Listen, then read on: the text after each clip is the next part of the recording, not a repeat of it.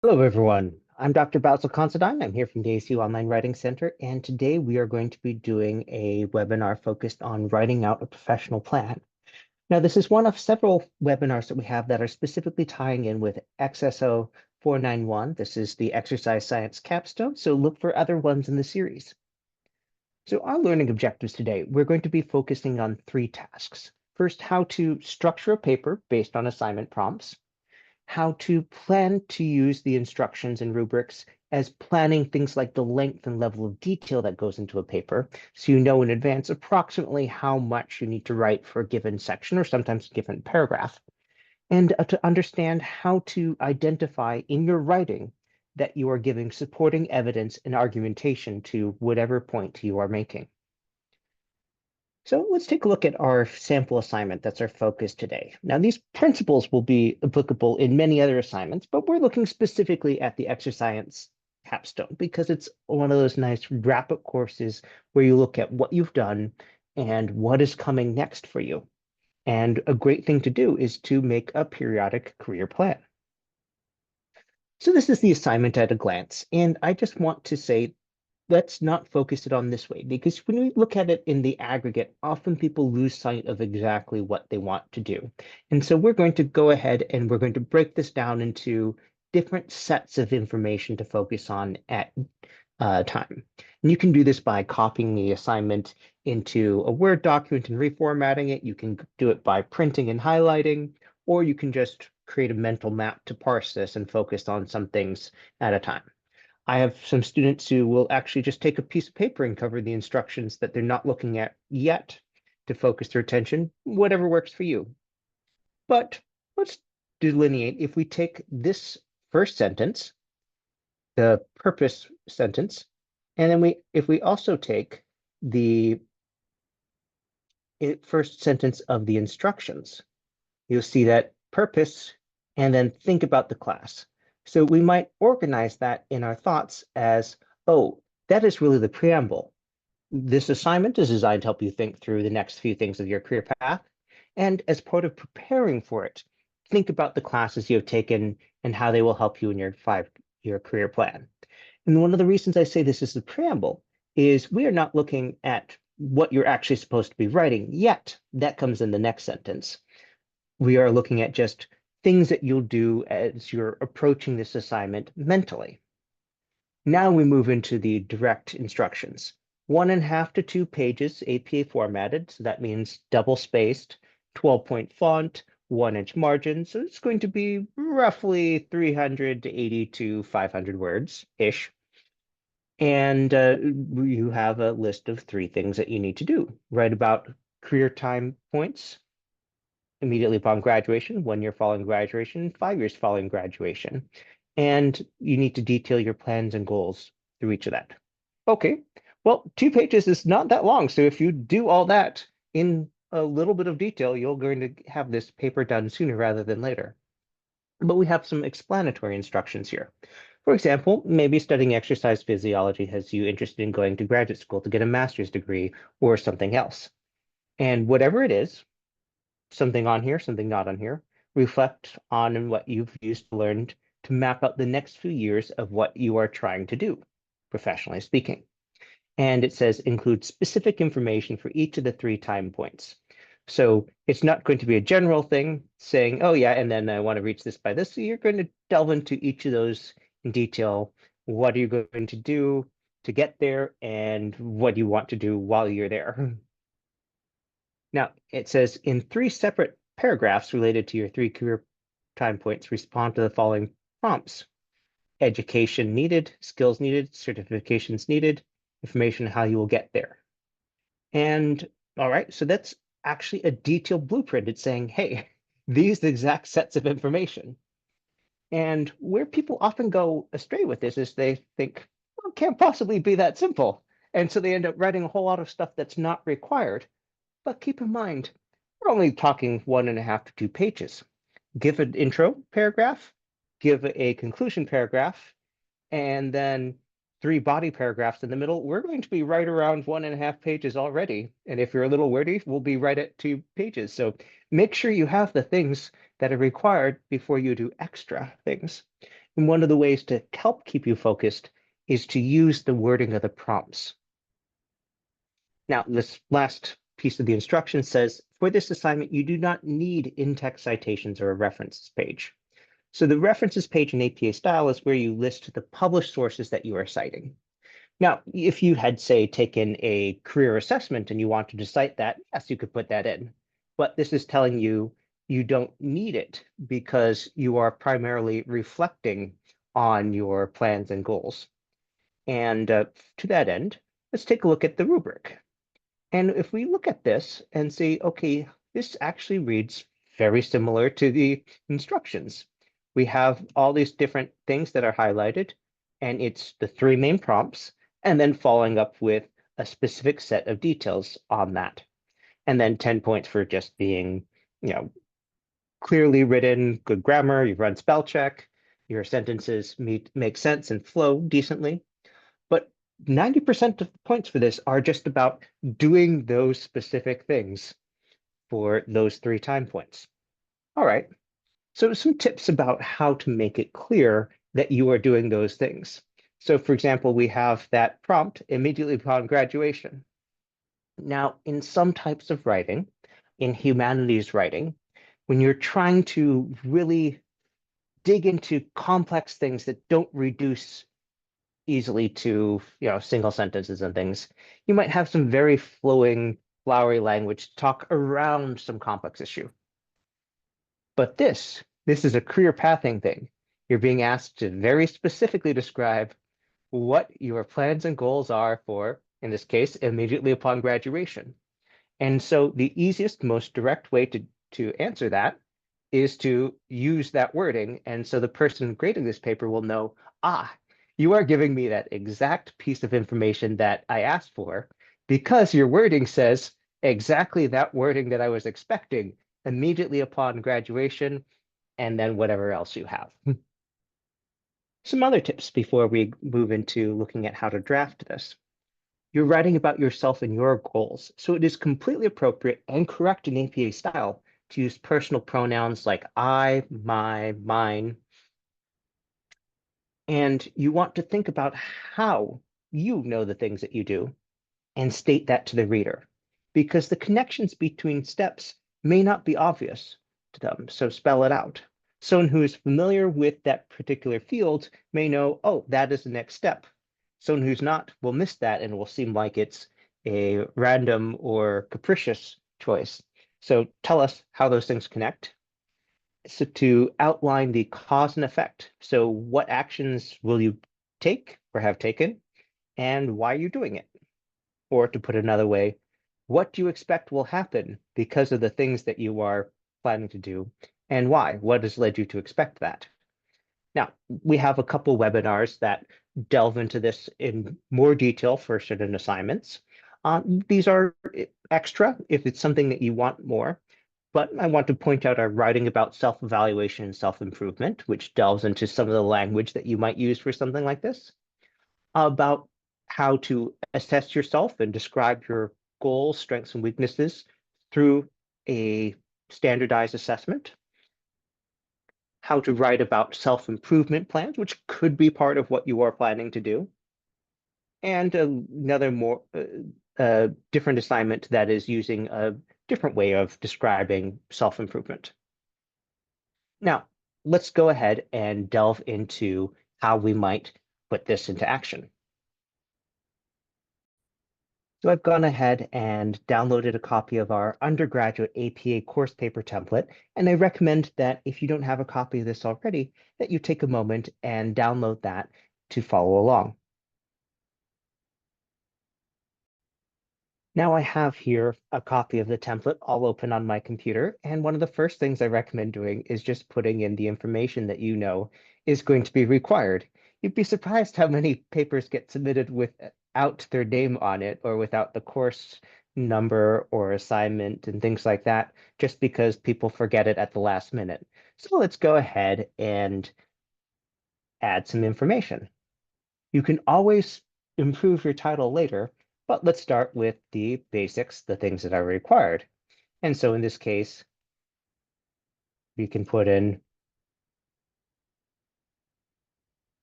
And this would be EXSO 491.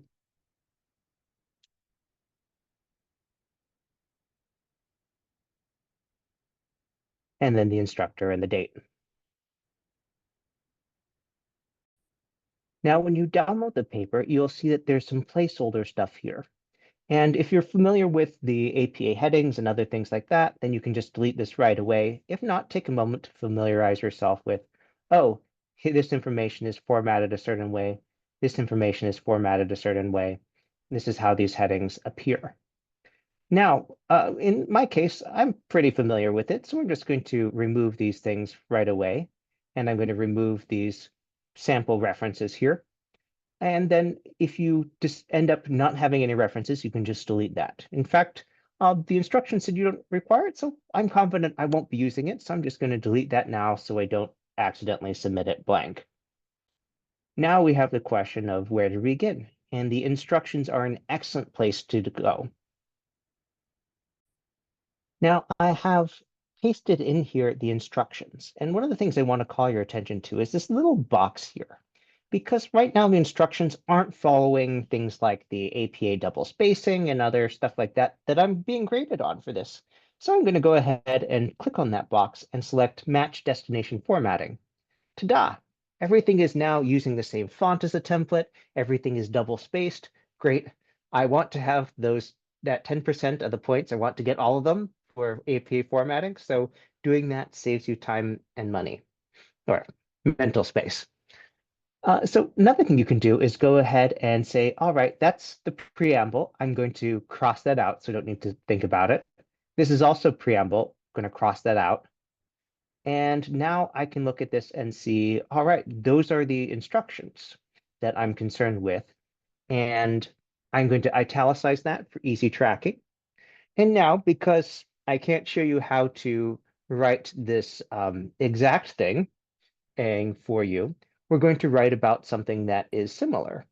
And so let's say that instead of graduating from a bachelor's in exercise science, let's say you were graduating with a doctorate in physical therapy. Now, one of the reasons I say this is because what you want to be doing next will be very different at that point. But the principles of talking about the timing and what you want to have upon graduation, those will be the same. So I'm going to use different examples here, or examples for a different context. But you can use these for writing about your own personal path here. So one of the things you want to take a note is the paper title aligning with the assignment? And so this is talking about career time points. And so you might say, well, this isn't so much a career reflection, which is my initial title here, and say, okay, key time points in my career. And say, okay, well, I need to go ahead and update this too. Great. Now I can look at this and say, all right, so we have these three things. These are supporting examples, so I'm going to go ahead and cross those out there. And now I have a specific list of things to do. And now I can get started. And where I put those in is going to be a question of where I'm comfortable in the outline, but I'm going to start here and say I need to have an introduction, and then I'm going to have each of these three things. And I'm going to use a bulleted list here.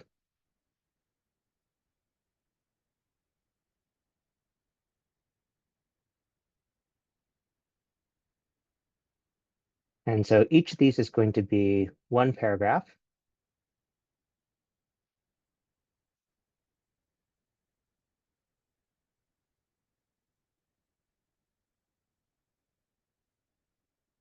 And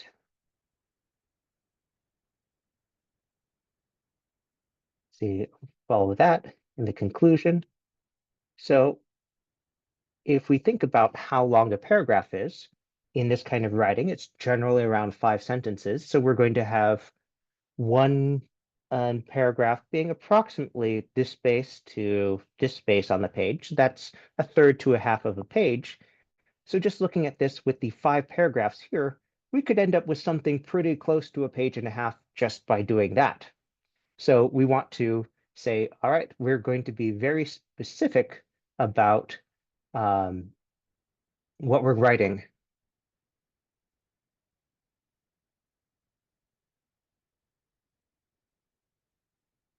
And so I can look at this and say, I put that in here and see, all right, need to have my plans, goals. Those are closely related. But let's look here. We see education needed. We have this list here. So, oh, great. Now, these are 3 separate paragraphs to go with what we have here. So these are going to be fairly focused.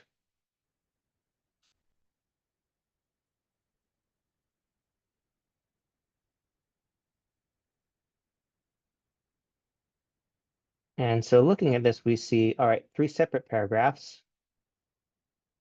And if we look back at the instructions for this assignment, and we look at the rubric, we see that we are actually handed a very clear order in which this should happen. So take a look at the rubric here. We see here that we have plans for this and the information about those things. That's the order that the person grading this will be expecting it. So it's going to be a paragraph about this, a paragraph about that, paragraph about this, paragraph about that, paragraph about this, paragraph about that.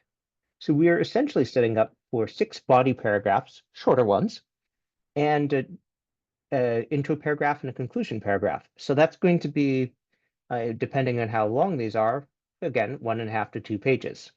So once we see that, we can say, all right, we have an understanding of what is supposed to go in here. We have an understanding of how this information is supposed to be structured because the rubric tells us the order in which someone grading this is expecting to find this information.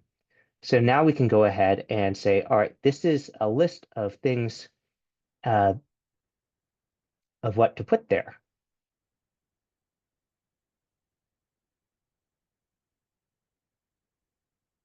And so let's condense that and say this here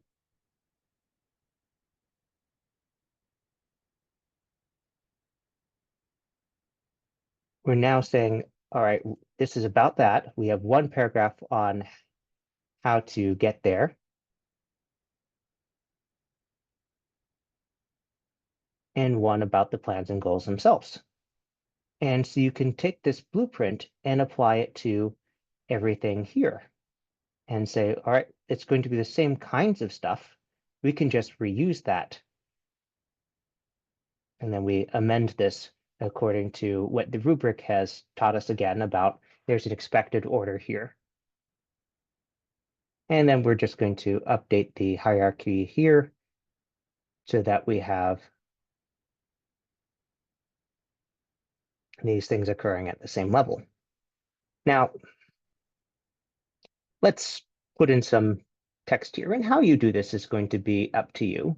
Some people will just start writing. They'll more or less jump out of the outline here, and they'll just start typing.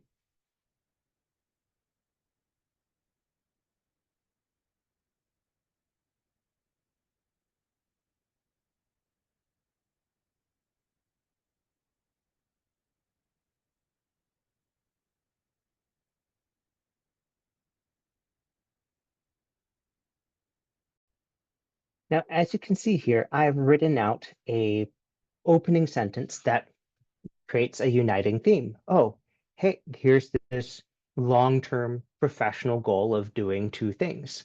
And then from that, if we're looking at these requirements for specific time points, we can arrange things based on that. Now, to follow up on this general statement, I have now stated one about, oh, some specific major steps. We're not talking the chronology yet. That's going to come in later, but it's saying hey, this needs to happen, that needs to happen, and then any additional steps. Now I've added here a third sentence. Oh, after I've done this specific step, here's something else that has to happen, and here. And you could do a lead out like,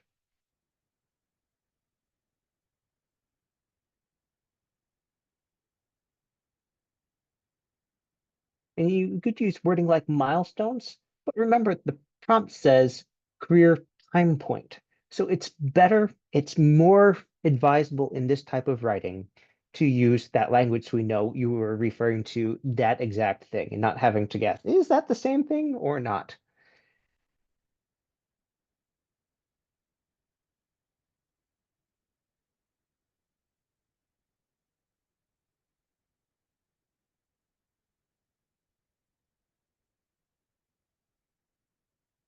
So looking at this, we now have a intro paragraph, lays out the general goal, some steps on that sequentially, and then saying, now I'm going to talk about what the specific things that are going to happen at different points in time. Now, how you build this out from this, let's say you just decided to start typing in here, and I'm going to use non-italics. Right?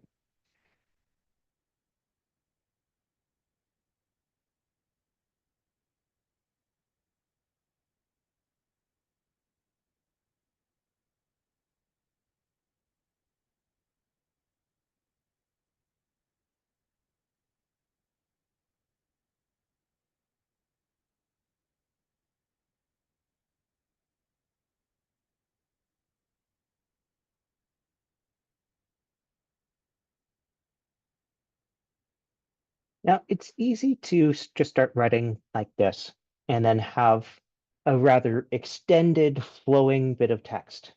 But let's recall again what our instructions were telling us and how the idea of using the wording manifests in our writing to very clearly, very directly. So if you are going to be was responding to this directly, let's use the wording from that prompt.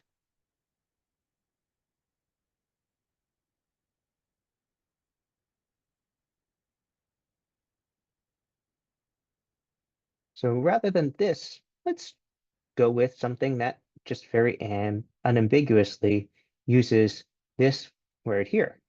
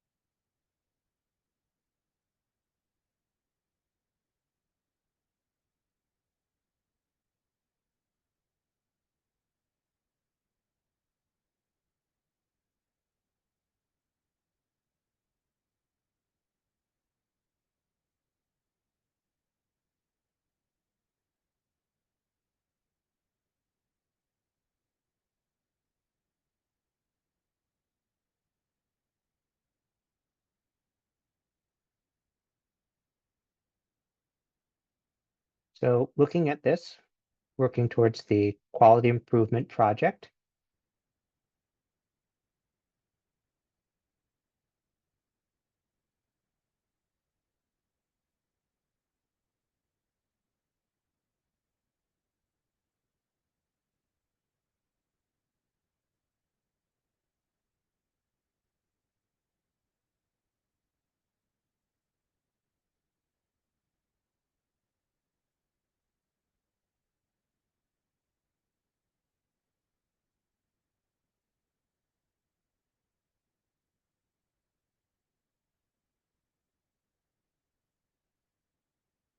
Now, with the exact steps that you have here, it, make sure that you have the key details first, and so make sure that you align the wording here.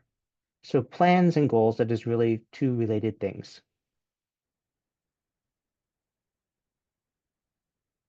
And so when you have I plan to have, we can restate this as a goal.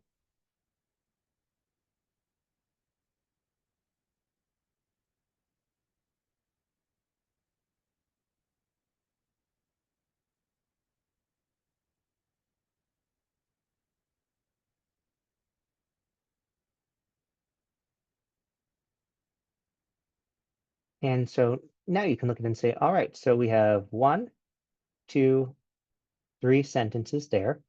And those are, for a shorter paragraph, that might be enough. You can probably add something else there, but come back after you've done the rest. So we can say, all right, added that. And we might even move that earlier if we wanted, but the point thing is track whether you've done it here. So, all right, let's go ahead and add another one here.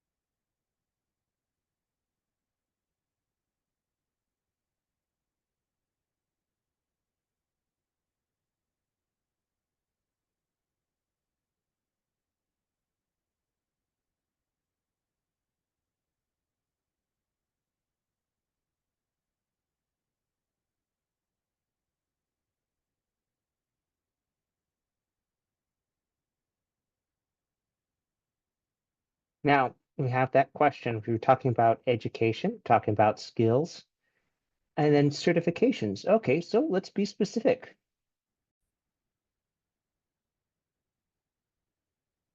So in licensing to,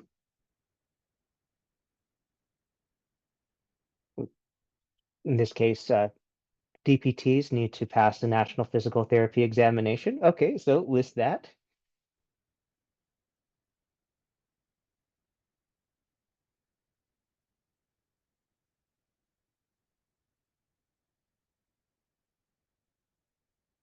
Now, when we start reading through this and reading back through it after you've answered these directly, you might find that, oh, you're answering these subprompts, but not leading in with a topic sentence. So sometimes you'll go back and say, all right, well, I've got those elements, but I need to introduce these.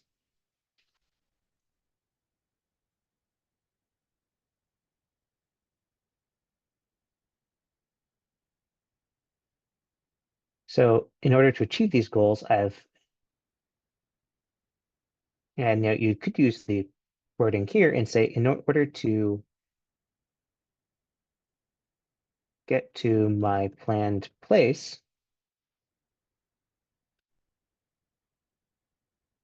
so now we have a more clear identity and paralleling with the prompt. And now we have, this is setting up a list. Now we can say, all right, let's go label those list items first. First, I need to get good grades. Second, and then that helps us see, oh, that's actually a third one.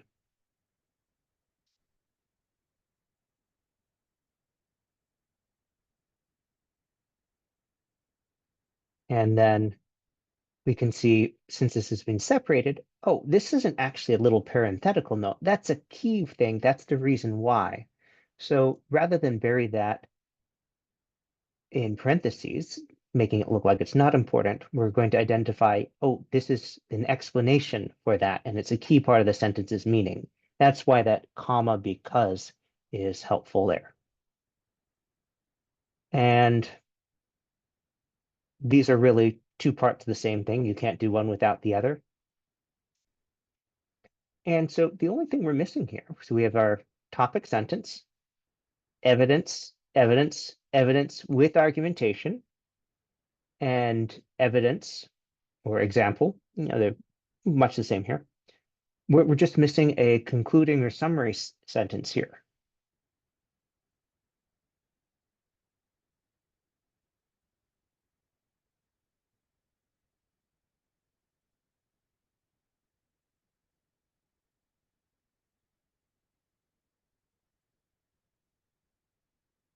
And now we see, oh, okay, we have our topic sentence, all the evidence and argumentation, and then a concluding thing that synthesizes and gives the overall picture. Hey, my faculty advisor said these are doable. So that's the first year on when you're graduating. And so you can go ahead and look at this and say, all right, I did this with that, education needed, skills needed, certifications, and other things. So you can cross that out in your outline and say, hey, I'm done. Now repeat for 1 year following graduation. And I don't know where you would be on your particular plan there, but I think most people completing a degree in a professional field want to be having been fully employed in a full-time or whatever their career goal capacity is. And so that would probably be part of your plans and goals there. And what kind of practice? If we were talking with nurses, often people want to get their general experience and then go specialize in area. Often with a exercise science or physical therapy assistant graduate, after 1 year, they want to get some experience and then look at something that will be have a better commute, pay better, allow them to specialize, whatever it is, whatever's involved, list that here, and then outline the steps to get there. And it's okay if you start with these parts here and then add the unifying topic sentence and add the synthesizing summary or conclusion statement afterwards. Because as you saw, we started with the basics of these sentences, added a topic sentence, tweaked these very slightly so that it was clear that those were giving supporting information related to the topic sentence that interlocked with it. And then that was very easy to add at the end. So go ahead and do that for all these. And then we're left at the conclusion. And make sure to check these off as you go. But pretty soon, just looking at this, if you had paragraph of this length, paragraph of this length, introduction of this, and you repeated that for the other things, that will put you in right around 2 pages, which is the goal there. So let's do a quick recap of what we've looked at here. So we were examining this assignment coming from EXSO 491. And so we began with looking at the capstone assignment through the lens of a specific goals, how to structure paper from the assignment prompts, how to use those instructions and rubrics to plan the content of the paper, like how much detail, what length, and how to identify in our writing supporting evidence and argumentation. So let's take a look at that last one, because that is one of those things where the wording is easier to recognize sometimes in retrospect. So let's keep in mind cause and effect. Cause and effect is hugely helpful in identifying what's going on and how that creates an argument. So as we return to the draft, we can say, I need to pass that. Why? So you can make that more clear by adding in an explanation. A prerequisite to licensing in any state want to practice in, and then say, oh, and once I've done that, then I can submit my licensing application. And so you might go back and see, oh, to show that cause and effect, I add a little bit more of tweaking the wording. Now, some of that may come in just as you're writing so that I can perform well. But remember, we tweaked this so that it was more clear that this was an important part of the sentence and not something buried in parentheses. And then adding this explanation of something that is implicitly clear to people who are on the same track as you are and know that already, but for the benefit of the reader and the person grading this, to make sure that you are meeting all the requirements clearly, make sure that the wording makes it clear that you are demonstrating that cause and effect. All right, so this has been, again, part of our exploration of EXSO 491 and how to work on these tasks of assessing yourself. And again, if you want to look at some additional resources, we have a variety of related webinars that you can review that go into more detail, especially if you were using a guiding thing like you took a character assessment or a strengths analysis or did career preparation coaching and they identified some areas. These have examples about how to talk about those things and if desired to cite those different references and assessments. If you have any questions, feel free to email us at onlinewritingcenter@acu.edu to schedule an appointment by going to my.acu.edu and selecting the Online Writing Center group. And you can always just visit our website for more resources. Have a good night.